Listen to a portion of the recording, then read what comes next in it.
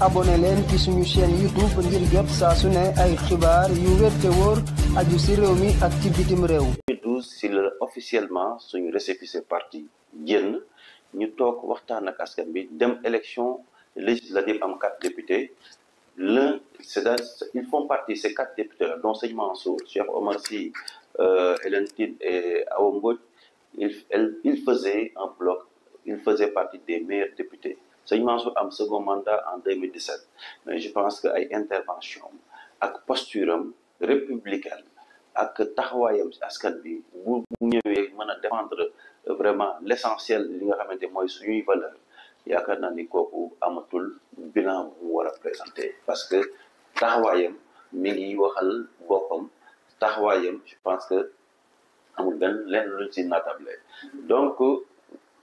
comportement wu député à l'Assemblée nationale mooy au lieu que nga naan député de tel parti, député de tel président, député de tel régime, tu dois être exclusivement un député du peuple, défendre le peuple de par ses intérêts, de par ses aspirations. Moi, nous prônons une Assemblée nationale citoyenne plurielle et démocratique aussi. Parce que quoi la pluralité? Pluriel, moi, les différentes sensibilités. Différentes couches de la population doivent être représentées. Moi, nous devons prohiber le terme majorité écrasante. Le fait que c'est trop violent ce terme parce que am majorité par cette entité politique et nous n'y sommes que citoyens, nous n'y sommes beaucoup Sénégalais. Je pense que aussi ils mettent le Sénégal, l'intérêt du Sénégal et des Sénégalais au-dessus de toute aspiration, au-dessus de toute préoccupation politique. Kon dama jàpp ni bés su ñàkk ñu mel ni suñu membre liste am nañu seen place valablement à l'Assemblée nationale et une fois à l'hémicycle bés su ñàkk s'engage à défendre exclusivement les intérêts de la population. bu ñu ñëwee ci li nga xam ne moom mooy processus électoral bi dafa mel ni dafa am ay taxaw seetlu yoo xam ne da nga ko cee def tey doon na baax nga partagé ko kon ak ñi nga xam ne ñoom ñooy Sénégalais yi ana lan la. waaw processus électoral bi xam nga boo xoolee principalement Sénégal 3 types d'élections la am. Peut-être 4 indirectement quoi. Benn premier système électoral mooy élection du président de la République beneen bi mooy élection législative foofu lañ toll beneen bi mooy élection locale beneen bi mooy élection des hauts conseils des collectivités territoriales boobu une partie a été désignée par le président de la République, une partie est votée par les comment dirais-je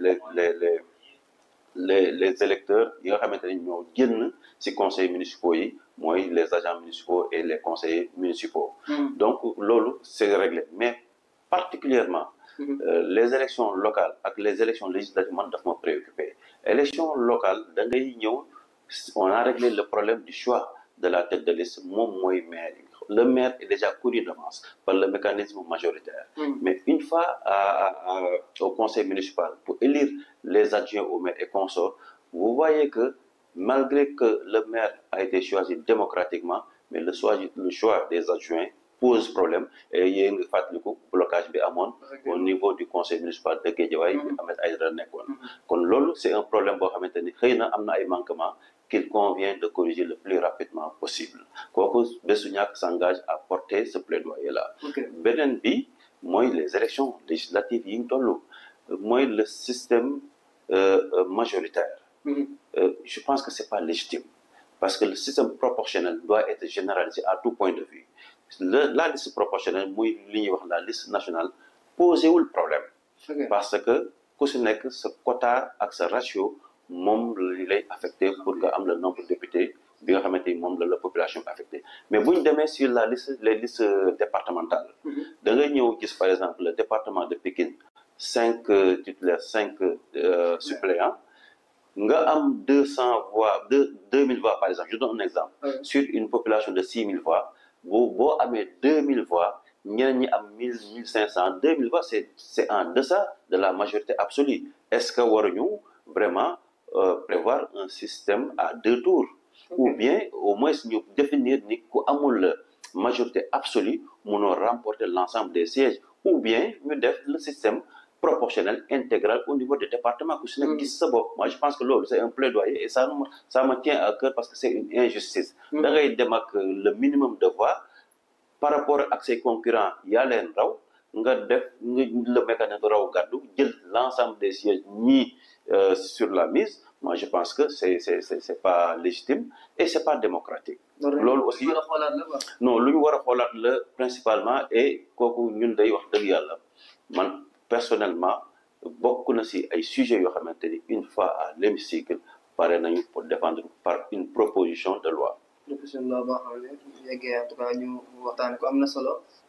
nemmeeku nañ ci li nga xam ne mooy campagne électorale bi ay scènes de violence loo xam ne violence verbale la loo xam ne violence physique la ay waxante kaddu yoo xam ne dañ koy sànnante mu gën a fës ci li nga xam ne muy sàmm sa kaddu ak lii di Pastef ana loolu ban jàngat nga si am si ñàkk argument je pense que violence amul yoon amul place sur un système démocratique. Pourquoi moo wax loolu campagne électorale dialogue la entre les candidats et la population ñi nga xam ne da nga leen war a convaincre li ñuy faral di wax rek la violence est pour les sans argument nit ki boo amee argument war a mën a am technique de communication bi pour nga convaincre les électeurs où est la place de la violence. Dañu jàpp ni aujourd'hui député dafa am mission boobu moom kese et moom kese encore une fois nga war a jaay population bi par un contact direct ak par tous les mécanismes de communication à travers l'internet, à travers les VAD, les visites à domicile, les porte-à-porte, dans les voitures, dans les rues, etc., lieu de rencontre au bureau, etc. noonu nga mën a jaayee sa projet ni man une fois que ma nekk député lii mooy sama projet. Les gens ne sont pas porteurs de projet. Les gens en tout cas la majeure partie yi may dégg c'est ni caravane et cetera doo si dégg loo xamante ni dinañ si jël engagement muy un engagement moral que une fois à l'hémicycle ñoom lii mooy seen projet. Kon nag encore une fois votel leen ma bu si violence amee yoon y a autre chose derrière. Donc communiquons avec la population, pacifions en tout cas l'espace public, l'espace politique et vendons nos projets par rapport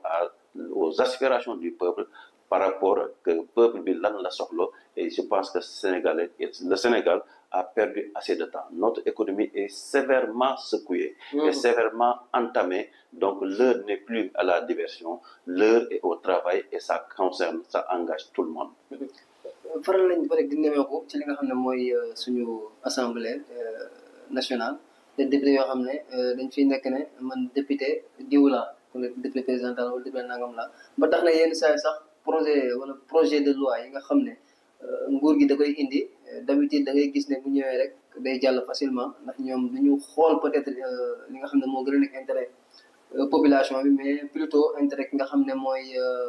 lañ fa nekkal président bi ñu fa nekkal. ndax tey lu mel noonu mën nañu xaar mu changer ak toutefois yéen waa Bës du Ñakk ngeen am benn représentativité foofu la ci assemblée. xam nga boo amee conséquence nañu xool cause bi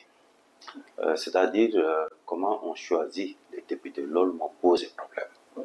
Il y a le profilage et il y a le mode de choix. Aujourd'hui da nga gis nit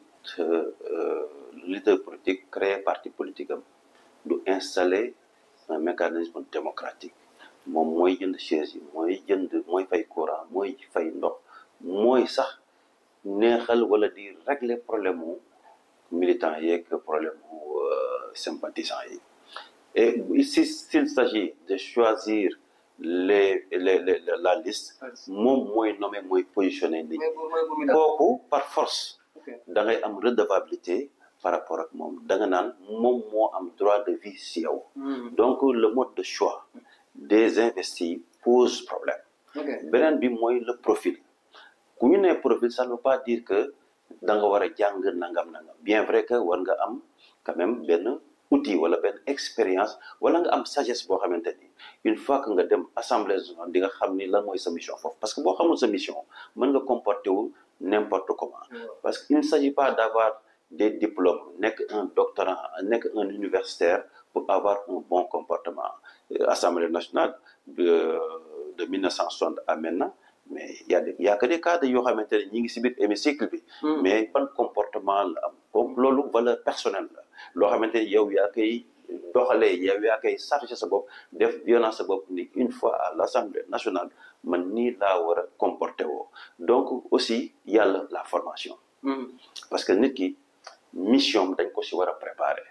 parfois nag malheureusement il y a l'impréparation des députés ou bien des candidats à la députation parce que nit ki bu xamul mission nit ki buñ ko formé wul mission nit ki buñ ko waxul ni fii mooy sa droit lii moo ko encadré nit ki bu fekkee ni man mii de yow di wax yow je suis candidat mais même règlement intérieur u Assemblée nationale xam naa ko xam naa également les 4 missions du député assemblée à savoir le vote des lois le vote des budgets le contrôle de l'action du gouvernement et le plaidoyer donc yooyu nit ki bu ko xamul sincèrement mooy li nga xamante ni moom la ñu constaté au niveau des scènes à l'hémicycle par des scènes de violence par ñu xëcc ay micro yéeg si ay table yuuxu saagante këdd jigéen et cetera moi je pense que la violence franchement de quelque bord bu mu jógee elle n'a pas sa place au niveau de l'Assemblée nationale. L'Assemblée nationale lii ma la kat yi axe yi ma la wax moom mooy responsabilité wu budget comment dirais-je député da ngay dégg nag ni ngi nekk ci campagne électorale di dig ndaw ñi liggéey naa ne dinaa def bu gën ma voté dinaa la wutal liggéey alors que tu n'as qu'une indemnité naan dinaa leen tabaxal école dinaa la tabaxal dispensaire dinaa leen defal seen tali alors que tu n'as pas ce budget yow personnellement xam nga ni loolu c'est malhonnête yaa ngi c'est une bande de chimère quoi kon je pense que aujourd'hui aussi dañu war a honnête par rapport à nous-mêmes parce que et j'ai l'habitude de le dire mooy nit ki boo jàkkaarloog moom wax ak moom dig ko contrat taxaw na pas forcément un contrat écrit mais c'est un contrat moral nga xamante ni li ñuy wax góor ca wax ja fexe ba yow sa jëf dëggal sa engagement dëggal say kàddu loolu daal en tout cas mooy valeur yi nga xamante ni suñu leader sëñ Mansour Sy Djamil moom lañu inculqué moom lay dox di ko wane ñuy xool si moom di ko topp kon nag aussi amuñu droit vraiment et lii ça engage l'ensemble des 41 listes plus les investis de ces listes là lii moo war a nekk le langage bi ñu war a tenir à la population jaay leen suñu projet et mu nekk loo xamante ni moom la ñuy respecter une fois à l'Assemblée nationale. Une fois à l'Assemblée nationale, amatul redevabilité par rapport au parti ou par rapport au leader. La redevabilité, c'est exclusivement réservé au peuple et à l'intérêt du Sénégal. Effectivement. Junjoo ko sànq ci début bi seen leader par exemple comme ni ñuy gisee yeneen leader yoo xam ne gisuñu ko bu baax ci li nga xam ne moom mooy terrain bi ndax tey loolu peut-être mu leen xaw a porter préjudice. Non, aucunement. Parce que il nous a bien formés sinon kon ñun ban mérite la ñu am 2011 ba léegi ñu ngi man nag moom je pense que ñoo ngi si 13 ans maintenant. ok sëñ Mansour mu xool si ay bët sax dañuy wax ak moom parce que école la sëñ Mansour université la sëñ Mansour c'est un formateur et il nous a bien formés moo ñu formé ba tey moom il est à l'aise tey parce que moo tax nit ki da nga koy nawloo sëñ Mansour daf ñu nawloo. daf ñu nawloo ba moom valeur yi nga xamante ni moom lay doxee mu fexe ba def ko si ñun kon moo tax tey mu nekk si terrain bi ak mu ñàkk si terrain bi ñun kenn ku si nekk nga gis sëñ Mansour si ay kàddoom kenn ku si nekk bu doxalee nga gis doxalinu sëñ Mansour kenn ku nekk bu waxee nga gis ni dialectu sëñ Mansour lay kii kon nag loolu aussi dañ koy ñaanal encore mu gudd fan wér lool parce que le Sénégal a besoin d'une telle personnalité de sa dimension banquier co-président du Conseil mondial des religions pour la paix waxuma la vice-président le co-président du Conseil mondial des religions pour la paix moo tax bu ñu toogee fii naan sëñ Mansour gëmmal dóor c'est vraiment dévoyé mais bien sûr shawirhum dafa wax ni bi mu indee aay la indi shawirhum fil amri fa iza hazamta fa tawakkaltu ala Allah mooy boo waxtaan nekk doomu aadama yi le président de la République la waxal monsieur le président la woote nga dialogue national yaa ngi consulter le parti yëpp déglul parti yëpp certainement il y a des avis divergents il y aura des avis contradictoires mais dans cette contradiction là gëmmal nga décider à la place de dóor nit ñi dañu jël le sens péjoratif du terme et nullement quelqu'un qui est un co-président du Conseil mondial des religions et pour la paix aussi non kooku jàmm rek lay dox. am na solo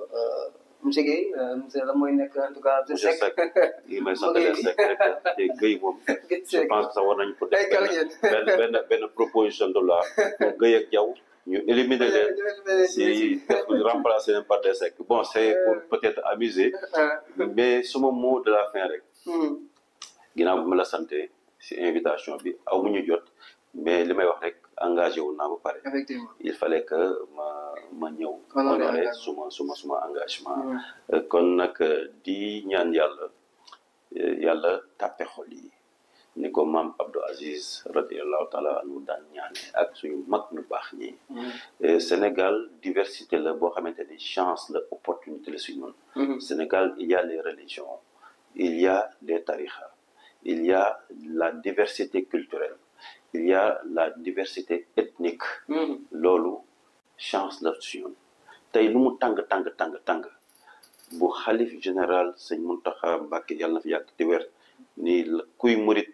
taxawal sa tànk bu mu fekki morom yëpp taxawal effectivement sëñ Babacar Sy Mansour ak maam Limamou Laye yan njabootu maam Limamou Laye ñëpp ku si nii sa njaboot mu taxaw kooku chance la si ñun tey joolaa bi day dem ci séeréer bi tey wolof bi day dem ci manjaan bi tey malinke bi day dem ci saraxole bi kon je pense que loolu chance la boo xamante ni trésor la pour Sénégal kon nag violence bi nga xamante ni moom la ñu constaté gis naa nag les principaux antagonistes ñu appelé à la paix et je pense que boo xoolee violence bi mi commencé calmé wu loolu mooy seen responsabilité parce que un seul mot c'est de trop et le Sénégal a perdu beaucoup de temps parce que 2021 2019 2020 Covid la woon ça a sincèrement entamé la bonne marche du pays ñu jóge fa nga gis guerre Russie Ukraine mu ngi prolongé wu ba léegi gis nga li mu ñu causé ñoo 2021 ba 2024 gis nga violence yi gis nga li xew ci Sénégal yooyu yëpp dafa ñu boo xoolee l'économie du pays est sérieusement menacée. abonné leen ci suñu chaîne YouTube ngir jot saa su ne ay xibaar yu wér te wóor aju ci réew mi ak ci bitim réew